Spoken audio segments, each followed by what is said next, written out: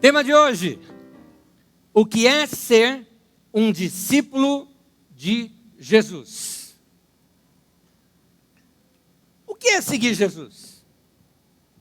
Será que só o fato de eu estar frequentando uma igreja, eu estou já sendo um discípulo de Jesus? Será que o fato de eu ser parte de uma igreja ou frequentar todos os domingos já faz de mim um discípulo de Jesus? O que Jesus espera de mim como discípulo dele? Ele ensinou algo a respeito disso? Nessa série sobre a vida e obra de Jesus, quero estudar diversas coisas e acho que tem que começar por aqui, para a gente aprender como segui-lo. Vários textos das Escrituras Sagradas, e aqui coloca a tela para mim, aparecem vários em Mateus, em Marcos, em Lucas e em João. Jesus chama os seus discípulos dizendo assim: segue-me, segue-me. Coloque a tela para mim, por favor. Segue-me. Em todos esses textos, segue-me, segue-me. O que é seguir Jesus? Para que nós entendamos isso, eu quero ver aqui mais um texto da Bíblia Sagrada. Há um momento que você vai notar que esse segue-me de Jesus tinha tal impacto na vida dos discípulos, chegava ao ponto de eles abandonarem tudo só para seguir Jesus. Capítulo 4 de Mateus, versículo 19 e 20, diz assim: e disse Jesus: sigam-me, e eu os farei pescadores de homens. Essa linguagem foi apropriada, os homens eram pescadores, então eles entenderam.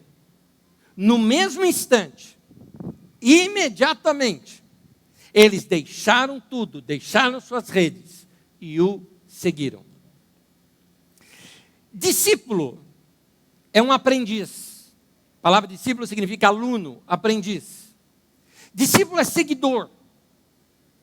Discípulo é alguém que foi tomado pelo fascínio da pessoa de Jesus. Por isso ele deixa tudo e passa a seguir Jesus. Discípulo é alguém que se deixou se apaixonar por Jesus. Ele está fascinado por Jesus, ele está vidrado, ele admira o Senhor Jesus. E é interessante o impacto que Jesus tinha na vida daqueles homens e na vida daquelas mulheres. Quando começa o Novo Testamento falando acerca de Jesus, narra antes, um homem que veio antes dele, como que preparando esse caminho, causando essa expectativa no povo, era um profeta chamado João Batista. João Batista veio pregando, e ele pregava para as pessoas que uma revolução iria começar, um reino estava chegando, estava vindo um novo tempo na terra, e era para todo mundo se preparar, e cada um precisava se arrepender. Arrepender é: mude de mente, mude a sua mentalidade, mude a sua maneira de pensar. É a palavra metanoia. Mude completamente a sua maneira de ver as coisas, mude a direção da sua vida. Alguns homens começaram a perguntar: e aí, o que nós faremos? Era um momento de pobreza e miséria extrema. E Jesus dizia o seguinte: se você tem 2 peças de roupa, o outro não tem nada, dê uma sua para ele. Você tem comida, o outro não tem, reparta a comida sua com quem não tem. E assim, aqueles homens e mulheres iam se batizando e se comprometendo a andarem conforme os princípios do reino de Deus. Alguns soldados romanos se aproximaram, alguns líderes judaicos se aproximaram, e João Batista falava para eles: você se contente com seu salário, pare de extorquir as pessoas. Vocês que recolhem os impostos, parem de ser pessoas que levam vantagem nisso, que embolsam dinheiro. Se arrependam dos seus pecados, convertam os seus corações. Um tempo novo está chegando. E as pessoas ficavam assim abismadas de ver a autoridade que esse homem, João Batista, pregava, quando de repente, um dia, João Batista está pregando e ele para. Eu imagino aquela cena, eu fico imaginando aquela cena, eu começo a criá-la na minha mente. Ele parou. Vem um homem se aproximando e ele começa a observar aquele homem. Aponta o dedo para ele, de longe, e fala para toda a multidão: este aí é o Cordeiro de Deus que tira o pecado do mundo. É dele que eu lhes falava. Ele é maior do que eu, de quem eu não sou digno de sequer amarrar as suas sandálias. Eu sou aquele que batiza vocês com água, mas ele vai batizar com o Espírito Santo e com fogo.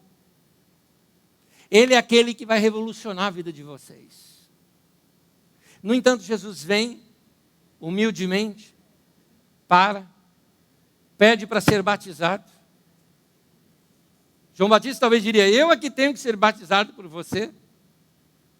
Mas Jesus quer cumprir todas as regras da lei, como qualquer outro homem. Ele quer nos mostrar o caminho e ele é batizado. E é visto sobre ele o Espírito Santo descendo como se fosse uma pomba, pousando sobre ele. Eu imagino quando Jesus saiu dali, aquela multidão toda atenta, olhando esse homem. Quem é esse homem? Quem é? Ninguém teve coragem de se aproximar. Só 2 se aproximaram. Um deles ainda era muito novo, devia ter uns 16 anos de idade. João. O outro, André. E esses 2 foram e começaram a seguir Jesus e... Mestre, onde você mora?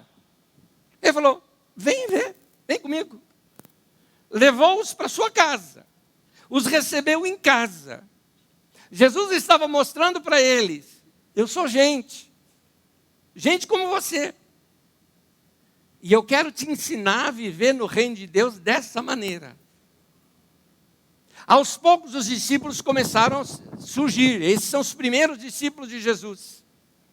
André corre para o seu irmão e fala, encontramos o Messias. E começa a pregar para o seu irmão. Seu irmão estava um pouco incrédulo. Jesus começa a andar e aí daqui a pouco a multidão começa já a seguir, porque João Batista falou, e Jesus começa a orar por pessoas. Pessoas começam a ser curadas. Outra pessoa é curada, e aí um fala para o outro, e daqui a pouco multidão em torno de Jesus. Jesus começa a curar todo mundo. E aí a multidão quer ouvir Jesus, e Jesus vai fazendo sua caminhada, sua passeata. Há um momento em que Jesus precisa falar com a multidão, e a multidão está apertada em torno dele, ele vê 2 barquinhos, ele pede um dos barcos emprestado, e aí ele entra naquele barco, e dali ele prega para aquela multidão. O barco era exatamente do irmão do André, Pedro, era desse homem. Jesus começa assim a angariar seus primeiros discípulos. Diz a palavra de Deus que Jesus andava por toda parte, fazendo bem, curando a todos os oprimidos do diabo, porque Deus era com ele. Um outro texto diz que ele curava todas as doenças e enfermidades, começou a ensinar nas sinagogas. As pessoas ficavam abismadas do seu ensino nas sinagogas. Há um momento em que Jesus começa a andar e as pessoas vão atrás dele, e há um momento em que ele para e se assenta. Parece que ele se assentou de uma maneira diferente. Por que razão essa? Havia uma postura de se assentar que não era sentar normal como nós sentamos. Havia uma postura, nós não sabemos qual é, talvez seja aquela coisa meio oriental, de sentar com os pés cruzados, eu não sei, ninguém sabe. Mas havia uma maneira em que os rabinos sentavam para ensinar. Quando o rabino se assentasse daquela maneira, vem ensino. E Jesus então está numa montanha, e ele como que se assentou, diz uma das traduções, na nossa diz apenas que ele se assentou. Os discípulos perceberam, ele vai ensinar alguma coisa, e os discípulos sentaram ao redor dele para ouvi-lo ensinar. E é esse ensinamento que está registrado nas Escrituras, eu quero estudar com você hoje. Mateus no capítulo 5, do versículo 1 em diante. Mateus 5, de 1 em diante, diz assim: vendo as multidões, Jesus subiu ao monte e se assentou. Seus discípulos aproximaram-se dele. Ele começou a ensiná-los dizendo: bem-aventurados, bem-aventurado é a palavra felizes. Felizes os pobres em espírito, porque deles é o reino dos céus. Felizes. Felizes são os que choram, porque serão consolados. Felizes, bem-aventurados, são os humildes, pois eles receberão a terra por herança. Felizes os que têm fome e sede de justiça, pois serão satisfeitos. Felizes os misericordiosos, pois obterão misericórdia. Bem-aventurado, felizes os puros de coração, pois verão a Deus. Bem-aventurados, felizes são os pacificadores, pois serão chamados filhos de Deus. Bem-aventurados também, felizes também, os perseguidos por causa da justiça, porque deles é o reino dos céus. Bem-aventurados serão quando, por minha causa, os insultarem, os perseguirem, levantarem todo tipo de calúnia contra vocês. Alegrem-se e regozijem-se, porque grande é a sua recompensa nos céus. Pois da mesma forma perseguiram os profetas que viveram antes de vocês. Vocês são o sal da terra. Mas se o sal perder o seu sabor, como restaurá-lo? Não servirá para nada, exceto para ser jogado fora e pisado pelos homens. Vocês são a luz do mundo. Não se pode esconder uma cidade construída sobre um monte. E também, ninguém acende uma candeia e a coloca debaixo de uma vasilha. Ao contrário, coloca-a no lugar apropriado e assim ilumina todos os que estão na casa. Assim brilha a luz de vocês, diante dos homens, para que vejam as suas boas obras e glorifiquem ao Pai de vocês que está nos céus. Vocês são a luz do mundo, vocês são o sal da terra. Minha pergunta, para quem Jesus falou isso? Pode responder. Vocês vão acertar. Para quem, especificamente no texto, para quem Jesus falou isso? Lá no texto. Para os seus discípulos. Não era para a multidão. O início do texto diz que ele estava ensinando, ele estava falando com os discípulos. Ora, qualquer pessoa no mundo é luz no mundo? Não. Qualquer pessoa no mundo é sal da terra? Não. Mas os discípulos de Jesus, eles têm esse sabor, eles têm essa luz para passar. Ora, da mesma maneira, feliz é qualquer pessoa que chora? Não, Jesus não está falando para qualquer pessoa. Jesus está falando sobre as bem-aventuranças, é para os seus discípulos. O discípulo dele que é humilde, o discípulo dele que chora, o discípulo dele que é perseguido, o discípulo dele que é misericordioso, o discípulo dele que é pobre em espírito, o discípulo dele, assim, esse sim, é para esses que essas recompensas de felicidade vão aparecer. Qual é a diferença, então, dos discípulos e aquela multidão? Havia uma multidão que seguia Jesus, mas multidão não é discípulo. Jesus ama a multidão. Jesus ama todos. Jesus faz milagres para as multidões. Jesus tem compaixão daquelas multidões. A multidão segue Jesus por causa do interesse. A multidão gosta daquilo que é rápido, que é fácil. Ele está ali para resolver o problema dele. Ele fica sabendo que tem um guru lá, um tal de Jesus, que vai ensinar os negócios, que vai ajudá-lo. Ele vai lá, beleza. Se esse Jesus puder orar por mim, maravilha, eu quero. Estou doente, tomara que ele me cure. Vai ser legal. A multidão é assim, ele quer resolver os seus problemas. Mas Jesus nunca desprezou a multidão. Ele sempre tratou a multidão com atenção, com amor, ele deu o melhor de si para eles. A questão não é como Jesus tratava a multidão, a questão é como a multidão tratava Jesus. Porque se houver milagre, eles estão lá, mas se Jesus resolver não fazer milagre, eu não sei se eles continuam não. Se Jesus resolver o problema deles, eles estão lá, mas se Jesus falar, olha, eu não vou resolver o seu problema, é capaz que o cara falar, então não vou te seguir não. Isso é multidão, isso não é discípulo. Em João capítulo 6, conta uma história em que Jesus está ali, ele tinha multiplicado os pães, a multidão toda comeu do pão e achou maravilhoso. Agora até comida de graça a gente tem. Não é? Pão e peixe. Jesus deu do melhor para a gente. Aí Jesus chega e fala, gente, olha, seus pais lá no deserto também comeram do maná, mas passaram fome depois. Esse pão que eu dei para vocês vai parar. Por favor, deixa a luz um pouquinho mais acesa. Obrigado.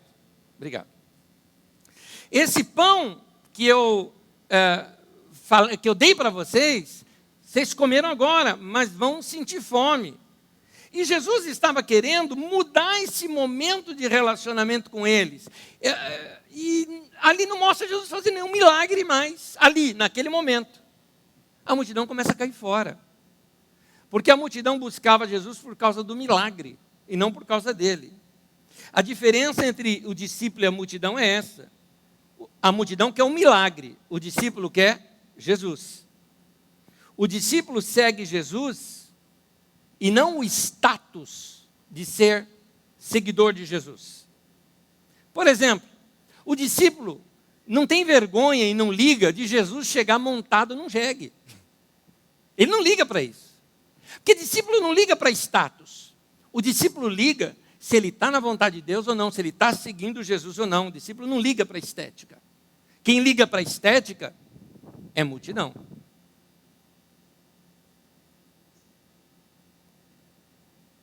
Se nós queremos aprender a ser discípulos de Jesus, precisamos notar nesses ensinamentos algumas coisas que Jesus fala comigo e com você. E inserir e começar a praticar estas coisas que Jesus nos ensina que discípulo é dessa maneira. 3 coisas eu quero te mostrar. Primeiro deles, um discípulo de Jesus vive para Deus e para os outros e nunca para si mesmo. A primeira coisa que Deus te ensina quando você vai seguir Jesus é acabar com o seu egoísmo. Se você é casado e é um discípulo de Jesus, a sua realização está na realização, se você é homem, realização da sua esposa e de seus filhos. A sua realização como mulher está na realização do seu marido e de seus filhos. A realização está no outro. Você se realiza realizando. Jesus, por exemplo, ensina que nós somos sal da terra. O sal é para dar sabor. Então, um discípulo de Jesus, ele é alguém que ele agrega valor ao ambiente. É aquela pessoa que é gostoso estar junto com ela, porque ela está interessada em você e não nela. Você já percebeu que pessoas egoístas, quando estão com você, ela quer extrair de você, ela quer pegar coisas de você, ela quer te contar somente seus problemas para que você tenha atenção toda para ela. O discípulo de Jesus, ele aprende que ele leva suas necessidades para Deus e para as pessoas, ele procura levar o melhor de si. Ele quer ajudar aquela pessoa, ele quer estar perto daquela pessoa porque é bom estar. O discípulo de Jesus normalmente é alguém agradável, aquele homem ou mulher que é gostoso estar junto. Ele não está tentando mudar o ambiente, só tentando ser engraçado ou forçando algo. O discípulo de Jesus nunca é fake. O discípulo de Jesus, ele faz assim, ele muda o ambiente, ele contagia aquele ambiente. Por quê? Porque essa é a natureza da sua vida. Ele é instrumento de Deus. E aqui eu quero ler uma oração lindíssima.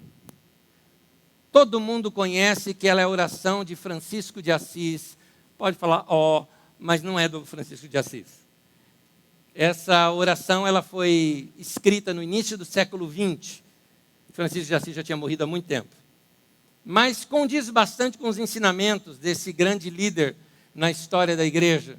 E eu gostaria de lê-la aqui com você, porque ela descreve bem como deve ser um discípulo de Jesus. A oração diz assim: Senhor, faça de mim um instrumento da tua paz. Aliás, vamos fazer diferente?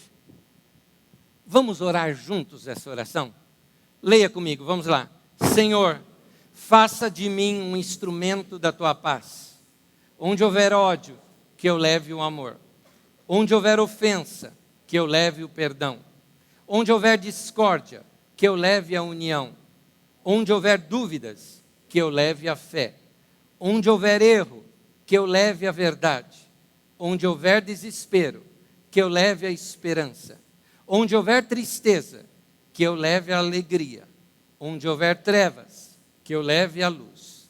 Ó Mestre, faça que eu procure mais consolar que ser consolado, compreender que ser compreendido, Amar que ser amado, pois é dando que se recebe, é perdoando que se é perdoado, e é morrendo que se vive para a vida eterna.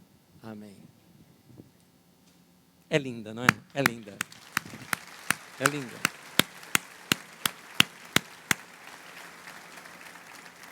Graças a Deus pelo poeta que a fez. Graças a Deus. Onde é que está essa beleza que alguém consegue se doar tanto assim?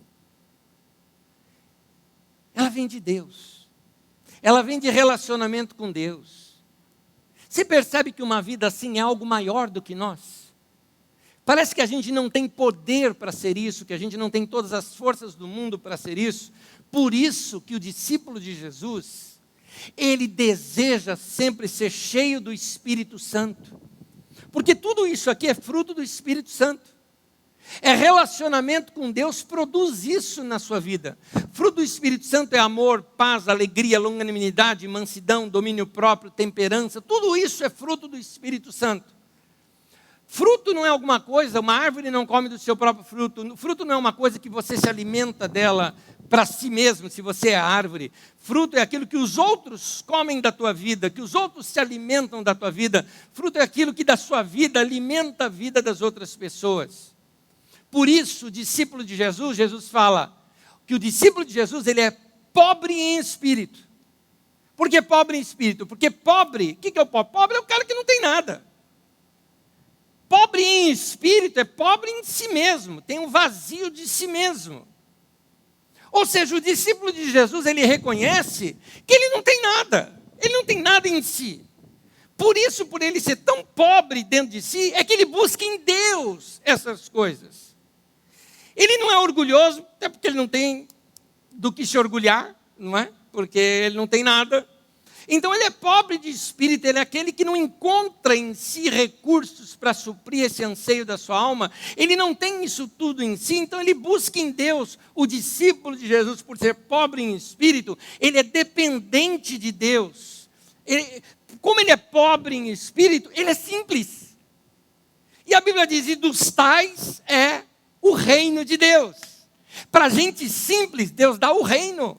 Para gente simples, ele experimenta as riquezas do reino de Deus. O reino de Deus é uma nova sociedade proposta por Jesus, onde as hierarquias são invertidas. No reino de Deus, o rico não é reconhecido por sua conta bancária, mas vai ser recebido como humano, como um ser humano, sem a necessidade dos títulos que a vida deu para ele. No reino de Deus, as pessoas não são chamadas pelos seus títulos. No reino de Deus, todo mundo é igual. E somos chamados pelo nome. É assim que nós somos. E mesmo aqueles que têm uma postura, uma posição dentro do reino de Deus, são aqueles que nos mostram que se há uma liderança, se era para ter uma pirâmide, ela está invertida. E quem nos mostra isso é Jesus. Por exemplo, em João 13, os discípulos estão falando de Jesus, mestre, Senhor. Olha a resposta de Jesus, João 13, versículo 13. Vocês me chamam mestre e Senhor, e com razão, pois eu sou. Pois bem, se eu sendo Senhor e mestre de vocês, lavei-lhe os pés, vocês também devem lavar os pés uns dos outros. Eu lhes dei o exemplo para que vocês façam como eu lhes fiz. Lavar os pés era um costume do passado, as pessoas andavam descalças, era um jeito de você dar boas-vindas com as pessoas. Quando você tinha um visitante ilustre, a maneira de você mostrar que aquela pessoa era ilustre, era você lavar os pés daquela pessoa. E Jesus está dizendo, vocês estão me chamando de mestre e senhor, só que o mestre e senhor pegou uma bacia, foi lá e lavou os pés. O que vocês estão esperando fazer? Eu dei um exemplo para vocês. O nosso mestre, ele ensina o seguinte, gente, nós estamos num outro reino, e nesse reino a gente considera todo mundo superior a gente, então a gente serve as pessoas.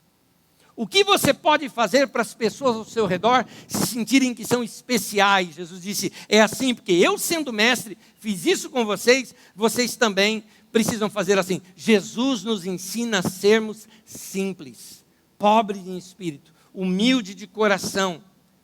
Você quer mesmo ser um seguidor de Jesus? Ser seguidor de Jesus são outras leis. O reino de Deus, gente, é contrário ao reino desse mundo. No reino desse mundo, o que acontece? Se alguém pega e te bate no rosto, o que você faz? Vira um murro no cara. Não é? O reino de Deus vai falar diferente. Naquela hora que você está com vontade de dar uma em alguém, Jesus fala para você orar por ele. Se você quiser falar um monte sobre alguém, desacreditando aquela pessoa, manchando a imagem daquela pessoa, Jesus vai falar para você abençoar e não amaldiçoar. Abençoar é falar bem, amaldiçoar é falar mal. Isso é ser seguidor de Jesus. O discípulo de Jesus, primeira coisa, o discípulo de Jesus vive para Deus e para os outros e nunca para si mesmo. O discípulo de Jesus, ele morre para si, ele se realiza realizando-se na vida dos outros. Então, doe mais da sua vida, sirva mais as pessoas.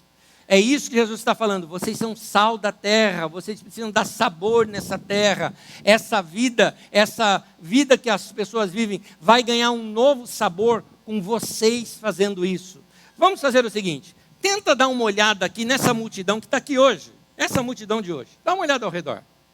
Tenta olhar. Olha, dá para você ter uma ideia de quantas pessoas temos aqui só visualizando. Imagine se todos vocês, nessa semana, agirem dessa maneira. Todos vocês. Aonde estiverem. Lá no seu trabalho, lá na sua casa. Se vocês todos forem pacificadores, se vocês todos forem abençoadores, se vocês todos forem aqueles que vão carregar uma boa notícia que é o Evangelho, carregar coisas boas para a vida das pessoas, ser sal da terra, dar um bom sabor nas conversas, nos relacionamentos, quanto da nossa sociedade já não vai poder ser atingido se simplesmente fizermos o nosso papel, que é sermos discípulos e seguidores de Jesus. Segundo, um discípulo de Jesus não faz propaganda de si. Um discípulo de Jesus não precisa fazer propaganda de si. Por que um discípulo de Jesus não precisa fazer propaganda de si? Porque as pessoas vão perceber, sem a necessidade de holofote. Porque é diferente. É diferente o jeito da pessoa ser. Vou lhes contar uma história muito rápida. Aconteceu comigo há poucos dias atrás. Eu fui num posto de gasolina e ali tinha um lugar para lavar o carro. Deixei o carro para lavar. Era só uma lavagem por fora, externa. Parei, saí do carro, cumprimentei o cara do posto. Cumprimentei uma senhora que era dona daquela parte do Lava Rápido. Tinha o filho dela ali também, cumprimentei o rapaz. Foi só cumprimentos. Cumprimentos, sorrisos, como vai? Tudo bem? Quando terminaram, elogiei o trabalho deles, não é? Desejei-lhes bom dia, mas nada, foi o que deu para fazer.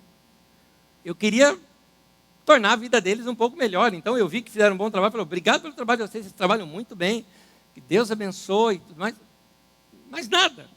Coloquei combustível, quando eu fui colocar combustível, eu notei que eu estava sem a minha carteira, e eu tinha que pagar ali para ela. Eu falei, senhora, deixa eu falar com a senhora, por favor, não foi má intenção minha, acabei de lavar o carro aqui com você, mas eu esqueci minha carteira em casa. Então, se quiser, eu deixo meu celular aqui como garantia, depois eu volto. Não, de maneira alguma, tal. Liguei para casa, né? Falei com a minha esposa, deixa aí a minha carteira que eu volto para pegar. Eu pedi novamente, me desculpe, tá? Por favor. Não, de maneira alguma, confiamos, pode ir lá. Fui em casa, peguei a carteira e voltei. Quando eu cheguei, eu tinha cumprimentado também um cara que chegou com um caminhão de gasolina, né? Aquele cara dirigindo, cumprimentei ele também, tudo mais. Quando eu voltei, ela olhou assim para mim e falou, aham. E ela estava com o celular dela, uma pregação minha. Eu falei, sou eu. Ela falou, sabia, tinha um brilho, tinha algo especial.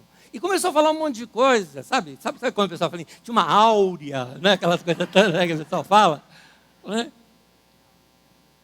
Eu falei, moça, eu sou igual qualquer outra pessoa. A questão é que eu sigo Jesus. Ela, na hora, ela falou assim, eu quero também. Eu quero também. Eu já fui uma vez numa igreja tal, já fui outra vez numa igreja tal, e eu sei que eu quero isso para a minha vida. Eu falei, mas quem te falou isso? Ele. Aí apontou para o cara do caminhão e falou, cara, eu te sigo direto. Legal. Que bom. Vai brilhar, meu irmão. O teu bom dia faz diferença. O teu sorriso faz diferença. O teu abraço, o teu valorizar das pessoas faz diferença. Você às vezes passa por pessoas, principalmente pessoal que trabalha em áreas de limpeza, organização, ou guarda. Às vezes você tropeça na pessoa, parece que ele é um poste. Ele é gente. Passa, cumprimenta, serve. Olhe nos olhos. Procure saber o nome. Converse com as pessoas. Jesus explica que você vai brilhar naturalmente. Olha o que ele fala, Mateus 5, versículo 14. Vocês são a luz do mundo. Jesus está dizendo isso para você. Vocês são a luz do mundo. Você não vai ser. Você já é. Mas vai brilhar. Ele fala, não se esconde uma luz debaixo, uma lâmpada debaixo da mesa. Coloca num velador para ela poder iluminar a casa toda. Ele fala aqui nesse texto, vocês são a luz do mundo, não se pode esconder, Mateus 5,14, não se pode esconder uma cidade construída sobre um monte. Uma cidade, ela não é construída da noite para o dia. Mas uma vez que ela é construída numa montanha, é inegável o seu brilho. Você está andando, você já vê lá de longe aquela, todos vêm. Essa, para mim, é uma metáfora para alguém que tem o seu testemunho cristão estabelecido a longo prazo. Ele é visto naturalmente. Ninguém tem o que negar. Sabe aquela pessoa que é cristão e ele é cristão sempre? Se converteu e mudou, e a sua vida vem mudando, vem crescendo. Ele é como uma cidade construída no alto de uma montanha. Todo mundo repara, todo mundo nota o brilho daquele lugar, o brilho daquela cidade. Discípulos de Jesus são aqueles que decidiram fazer algo porque seguem Jesus. Deixa eu contar uma coisa aqui para você. Você sabe que aqui a Carisma ela é muito envolvida com obras sociais. Temos o centro social, fazemos obras sociais, porque entendemos que a igreja tem que agir dessa maneira. Mas deixa eu te falar uma coisa. Jesus não mandou uma instituição fazer obras sociais, uma instituição ajudar o pobre. Ele mandou o discípulo individualmente fazer isso. Minha pergunta é se você faz isso. Alguns de vocês, de modo muito brilhante, hoje trouxeram aqui para o culto alimentos não perecíveis para ajudar pessoas necessitadas. Faça disso uma prática na tua vida. Se você conhece pessoas pobres no seu bairro, você pode de repente fazer ali uma cesta básica um dia e levar para aquela pessoa. Você pode aproveitar momentos da sua vida e ajudar pessoas. Discípulo de Jesus é assim. Ele não se esconde atrás da instituição. Ele faz. A obra é dele. Ele é sal da terra. Ele faz parte disso tudo. Por isso que Jesus ensina que felizes são os discípulos de Jesus que choram. Quem chora é sensível. Jesus fala, gente sensível é feliz.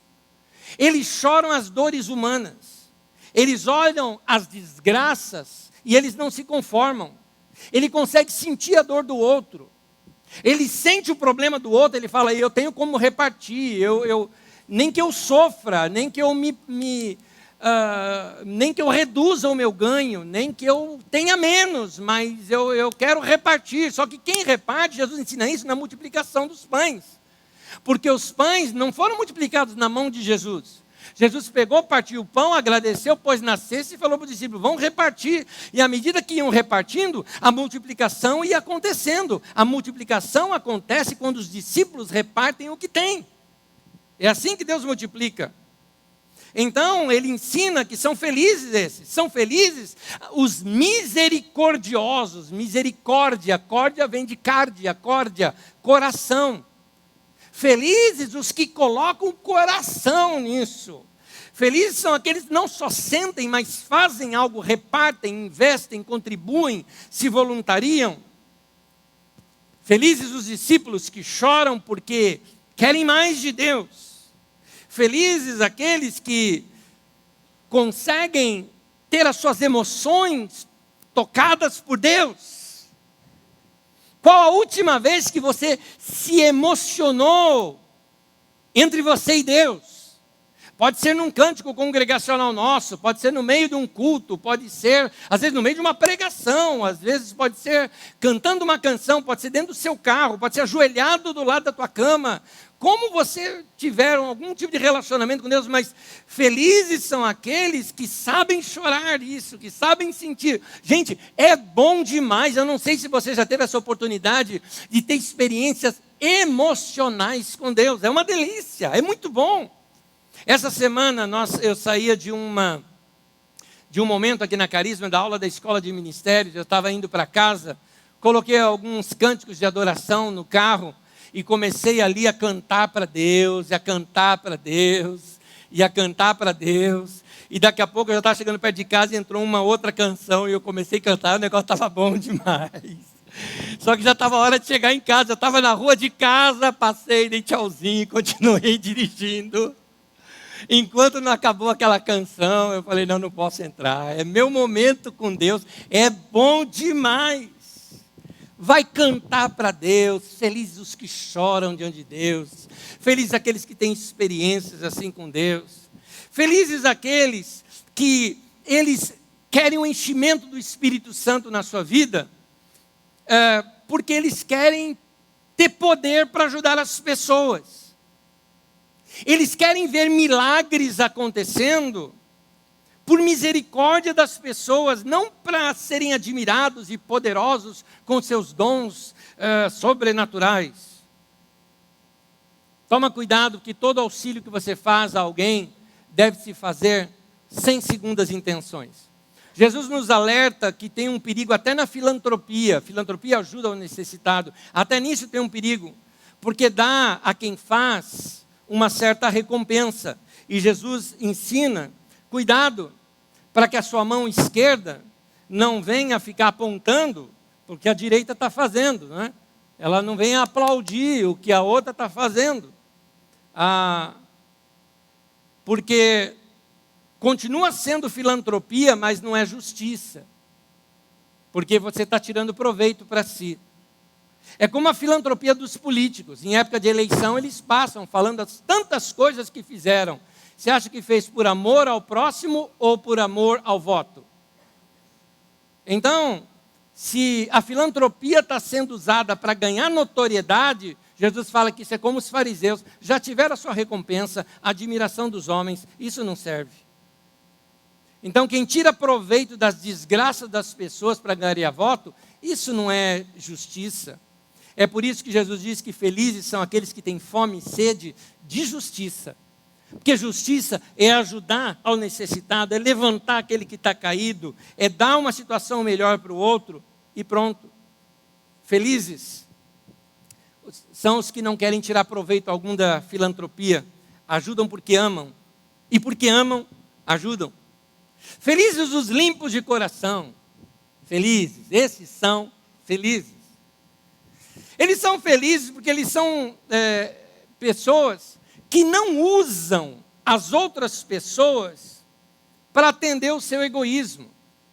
Ele não faz do outro um objeto, ele tem honestidade nos seus relacionamentos. Ele é puro de coração, ele é honesto com você, ele não está usando você. Na Bíblia mostra, eu gosto da Bíblia, que a Bíblia mostra os defeitos dos homens. O nosso grande pai da fé, Abraão, é um péssimo exemplo nessa área. Abraão usou Agar porque ele queria um filho, mas ele fez o mesmo também com a mulher dele, com Sara. Sara foi objeto de negociação com o faraó e também foi objeto do seu interesse, porque o que ele queria de Sara é que ela lhe desse um filho. Sara só lhe servia quando cumpria os seus objetivos, os seus interesses. Ela era um objeto do projeto da sua vida. Por isso que Jesus fala que o pecado do adultério está no olhar impuro. É quando você olha o outro como objeto do seu interesse, coisa somente para sua satisfação pessoal. Você não está nem aí com outra pessoa, você quer tirar prazer, você quer tirar proveito daquela pessoa, você está usando aquela pessoa. Gente assim é gente maldosa de coração. Jesus fala, felizes são os limpos de coração. Porque o limpo de coração, ele não usa a pessoa. Ele é sincero, ele é honesto. Por isso ele é feliz. Felizes os pacificadores. Felizes os mansos. Felizes por quê? Felizes porque com eles não tem briga. Quando Jesus fala felizes os pacificadores, ele está dizendo assim, felizes os que não são briguentos. Você é briguento? Em casa, no trabalho, no trânsito. Você não sabe se é o motor do carro ou você que está fazendo barulho. E tem um outro lugar também, no futebol. Ô coisa para revelar o caráter dos caras, não é? Jogo de futebol. Aliás, um dos testes que a gente fazia é o seguinte, a gente ia retiro da Carisma, tem retiro maravilhoso, vamos todo mundo jogar bola. Daí eu prego depois. Que aí vai revelando o coração, não é? Felizes eles são, porque não falam mal dos outros pelas costas. E aí, quando está de frente com a pessoa, não fica constrangido. Não tem constrangimento nenhum, porque não fala mal de ninguém. Então ele é feliz. Felizes os que não ficam colocando dúvida no coração do outro com relação a terceiro. Aquela coisa assim, ó, aquele ali, ó, sei não. Essa duvidazinha é maldizer. Da palavra maldizer é a expressão maldição. Felizes os que falam bem do outro, que abençoam e que não maldizem. Jesus mesmo falou isso. Em Lucas 6, versículo 27 e 28, diz assim, mas eu digo a vocês que estão me ouvindo, amem os seus inimigos, façam bem aos que os odeiam, abençoem os que os amaldiçoam, e orem por aqueles que os maltratam. Vou repetir. Ame quem? Ame os seus inimigos. Fale bem do seu ex-marido.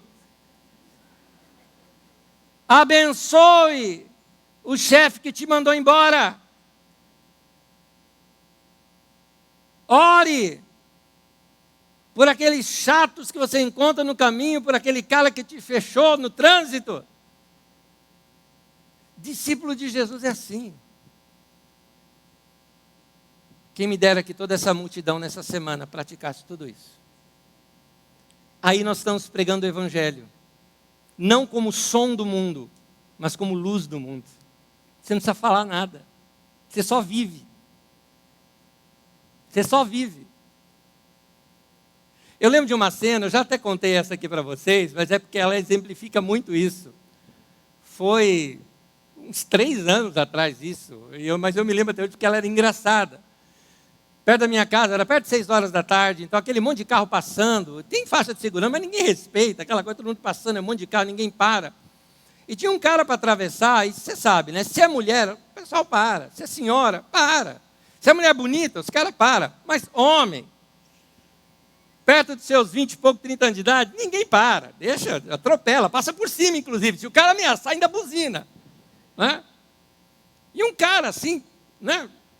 Alto, forte, tal, tentando ali, esperando, tal. Eu diminuí o carro, fiz sinal para o cara passar, o cara parou, não estava acreditando. Tipo, sabe aquela história assim? O cara parou, a hora que eu pisar, ele passa por cima. Ficou meio assim, ressabiado, fiz sinal para ele, pode passar. O cara foi passando, eu estava de janela aberta. Aí ele, aí mano, tu é gente fina, hein? Eu falei, certo, é nós, vai Corinthians. Né?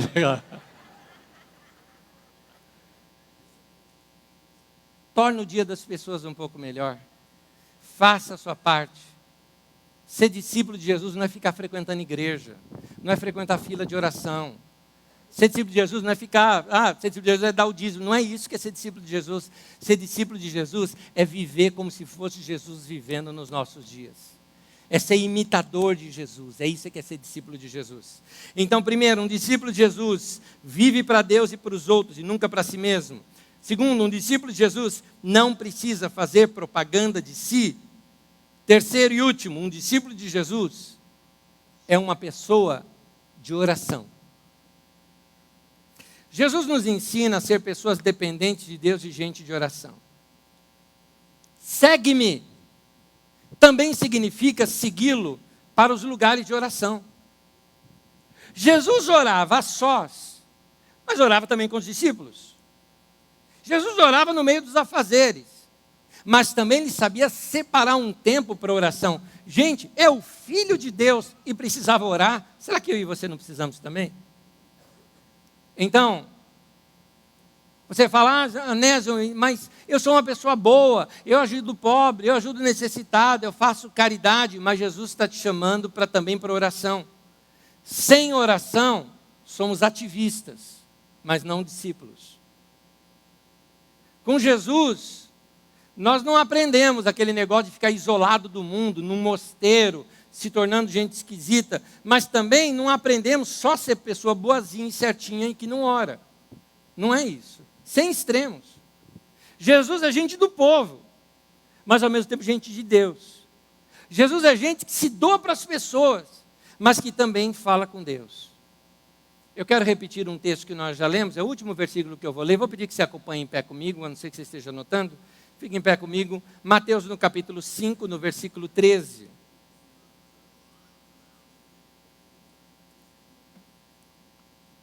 Vocês são o sal da terra. Vamos falar juntos?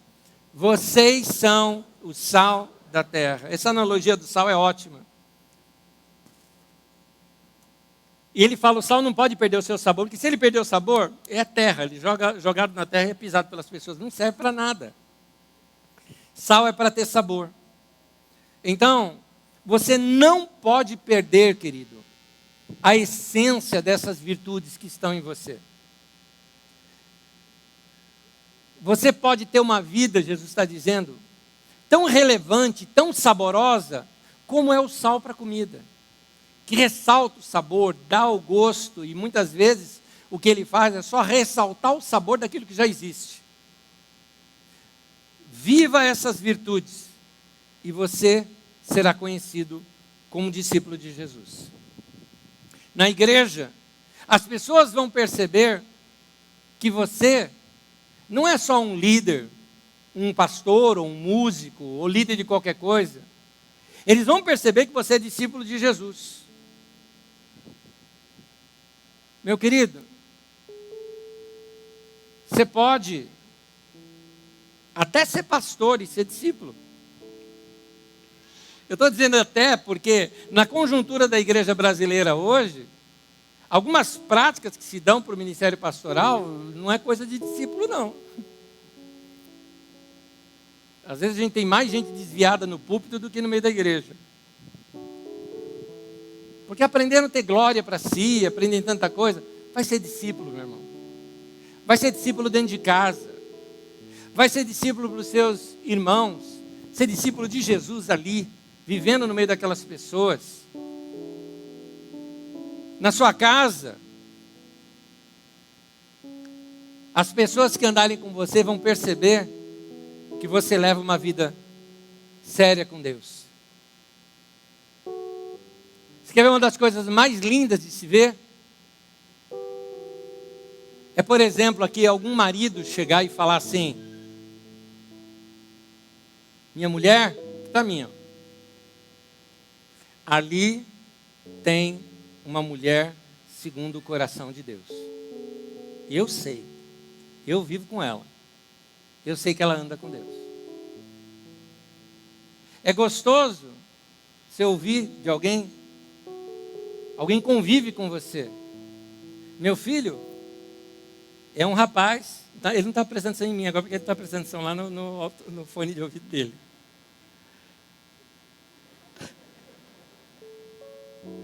Ele é um rapaz segundo o coração de Deus.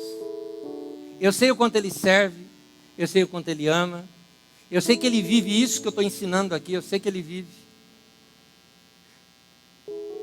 Eu quero que em casa, minha família, possa dizer de mim, esse cara anda com Deus. Esse cara vive isso que ele fala. Mas eu quero hoje aqui, que cada um dos seus familiares falem isso que eu estou falando aqui para vocês. Que reconheçam isso em vocês. Seria muito bom os seus pais dizerem, meus filhos são homens e mulheres de Deus. Seria muito bom, pais, vocês ouvirem dos filhos, meus pais são homens e mulheres de Deus. Que a gente possa viver dessa maneira. Amém. Amém. Jesus, um dia, se reuniu com seus discípulos. E reunido com seus discípulos, ele resolveu fazer uma aliança com eles.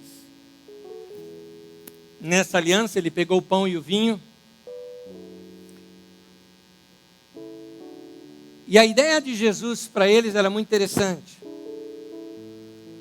Jesus, ele pegou o pão, falou, esse é o meu corpo. Pegou o cálice e falou, esse é o meu sangue. O que ele estava querendo dizer com isso? Para a gente ser canibal? Não. Ele falou, essa é uma maneira simbólica de algo real. Eu quero que você se alimente de mim.